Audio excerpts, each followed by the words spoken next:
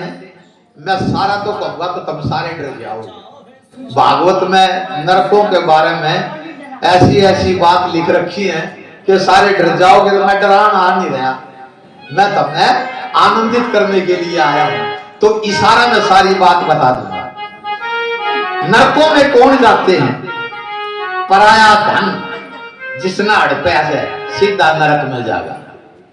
पराया धन, पराई स्त्री को चुराने वाला नरकगामी होता है।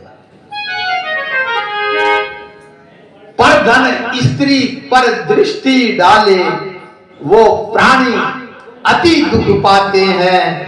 आंखें निकालकर जर्जर तन नरकों में गिराए। ऐसे लोग नरक में जाते हैं। उसके पश्चात जो आदमी घमंड में रहता है सीधा नरकगामी है।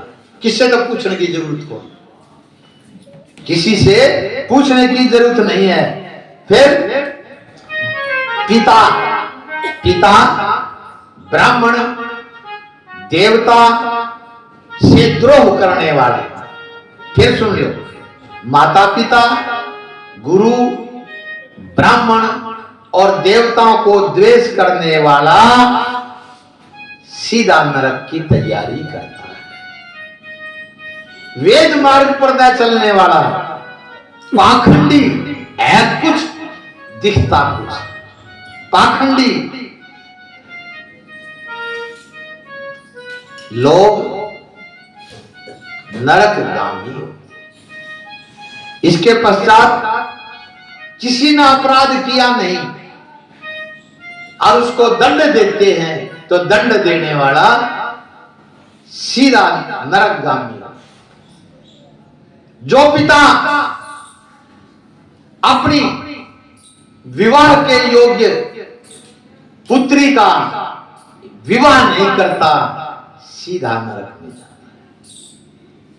इसलिए करड़ी करड़ी बात लिख रखी थी, थोड़ी थोड़ी थपने सुहांदी बताऊंगा। किसी के पेट पे लात मारने वाला, किसी की जीविका छीनने वाला सीधा नरकगामी होता है। किसी को बिना खिलाए खाने वाला। देखो मैं कह रहा था ना आपसे, भाई जब भी भोजन करो एक टुकड़ा काट दिया, जो किसी जीव के भी मुंह में जाओ। गरीब से गरीब आदमी भी कर सकता है। और पहले हमारी माताएं करती थी, जब चूल्हे में जाती थी, ये चूल्हे को रहे गैस में के करते तो पहली चुटकी आटे की लेकर के अग्नि देवता को देती थी, तो उससे हम उस दोष से बच जाते थे। ये उपाय है भागवत के अंदर। ये जितनी बातें मैं बता रहा हूं ये ज्योतिष के उपाय भी हैं। और भाई किसी ने ज्यादा दिखाना हो तो ये सोनवार ऐसे ही। अब यज्ञ हवन नहीं करने वाला कीड़े की योनि में जाता है।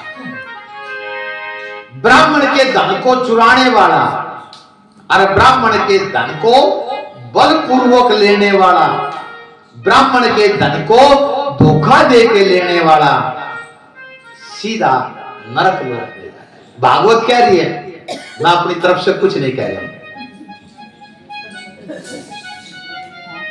अनिच्छा से, किसी की अनिच्छा से समागम करने वाला सीधा नरक में जाता है। बलात्कारी कह रहे।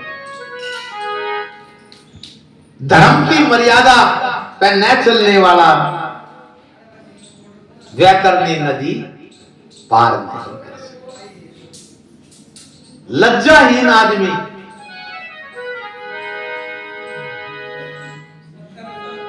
पशुओं पर अत्याचार करने वाला सीधा नरकगामी होता है।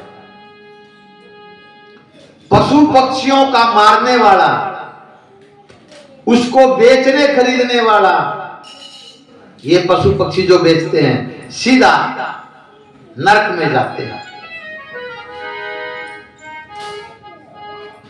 और इसमें एक और वर्णन आया है, जो हम आए हैं, हम स्वर्ग से आए हैं या नरक से आए हैं।